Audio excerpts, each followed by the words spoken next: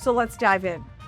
Senate Republican budget leader Chris Gildon is again calling on Governor Bob Ferguson to suspend the Climate Commitment Act to provide some financial relief at the gas pump. A gallon of gas averaged $5.66 in Washington state this morning, according to AAA. That's a full $1.42 over the national average. Diesel, my goodness, $6.62 a gallon in Washington today. That is down 20 cents from a month ago, but it's nearly $2 higher than it was a year ago at this time. So now the CCA adds an estimated, roughly 50 to 54 cents. So we'll say 52 cents a gallon of gas that the Climate Commitment Act adds to every gallon of fuel in Washington state. And then that's on top, of course, of the state gas taxes, which right now are about 54, 55 cents a gallon. So we're paying the second highest gas price in the entire nation. And there are growing calls for Governor Ferguson to at least temporarily suspend the CCA. For crying out loud, if prices could be 50 plus cents cheaper a gallon today, I know that would help a lot of people out. So here's part of the conversation that I had with Puyallup Senator Chris Gildon. He is the Senate Republican budget lead, and he's the one who is calling on Governor Ferguson to temporarily suspend the CCA. The reason that we have all of these high gas prices, at least about 50 cents per gallon, is because of the Climate Commitment Act and all of the compliance costs associated with that. I don't think there's any dispute about that. And so I was just calling on Governor Ferguson to temporarily suspend the Climate Commitment Act, not do away with it, but a little while, because, governing is balance, right? And you've got to balance your climate goals with people's ability to just live in your state. And right now, a lot of people are just simply hurting. And so anyway, I made the request of him, and then he did not respond directly.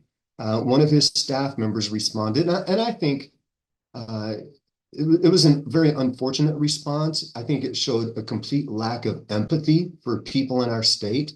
They basically just decided to say, this is all Trump's fault and the war in Iran, and that's who you should go talk to.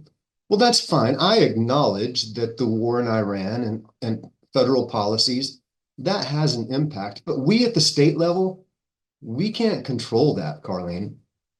We can control the things that happen within our own borders. And that's why I'm still holding out hope that the governor will actually respond himself and not through a staff member and say, hey, this is where I am on the issue.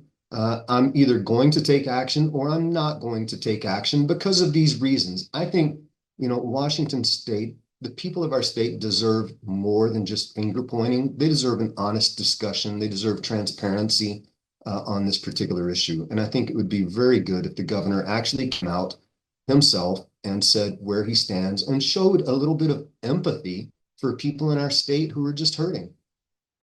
Now, Senator Gildon sent his initial letter to Governor Ferguson back on May 20th, asking him to do away with CCA taxes, temporarily suspend them. We're not saying, we're trying to eliminate these taxes, just give a temporary, maybe quarter-long, few-month suspension to help people out at the pump.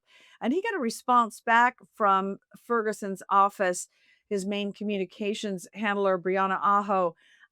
She did not respond, or the governor, I should say, did not respond to him directly, but that communications director did respond, basically saying, in his opinion, her response was dismissive, saying, blame the Trump administration. It's the war with Iran, not the CCA and state gas taxes that are to blame. And he said that was a response that really showed him a complete lack of empathy.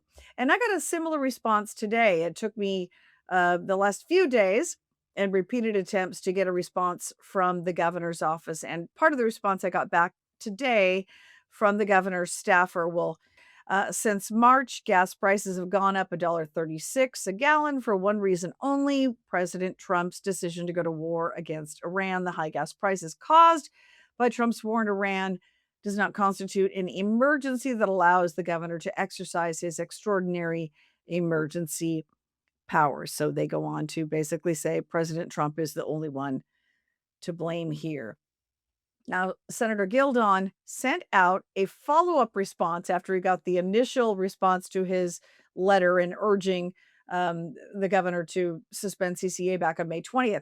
He sent a follow up response this week and basically said, I appreciate that your staff member responded, but do you not think, given how difficult it is right now for Washingtonians filling up at the pump, trying to go to work every day, go to school every day, um, that you should respond, Governor, directly?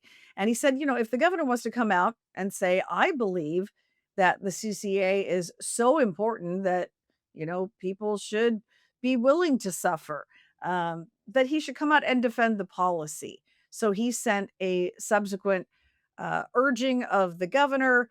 No response as yet to his follow up request. But I found this interesting because Senator Gildon told me that the more time he's been spending in Olympia in the state legislature, the more time he is convinced that majority Democrats and minority Republicans have vastly different priorities when it comes to governance of the people. A lot of times people will come to me and they'll be like, Chris, don't they have any common sense down in Olympia? And the answer is a little bit complex because it's what you're trying to do in Olympia. And this is the easiest way that I know how to explain it is the Republicans are down in Olympia trying to solve problems, right? We see a problem, figure out the most logical, cost-effective, efficient solution, and apply that solution to the problem, right? That's what the Republicans are doing. The Democrats largely don't care about the problem.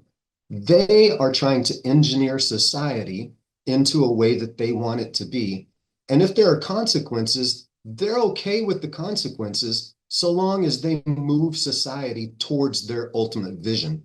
And I think that's the two differing viewpoints that you have. So whenever you see some of these crazy policies, the Climate Commitment Act, and that's causing so much pain in people's pocketbooks, they don't really care about the cost associated with it because they're moving towards an agenda.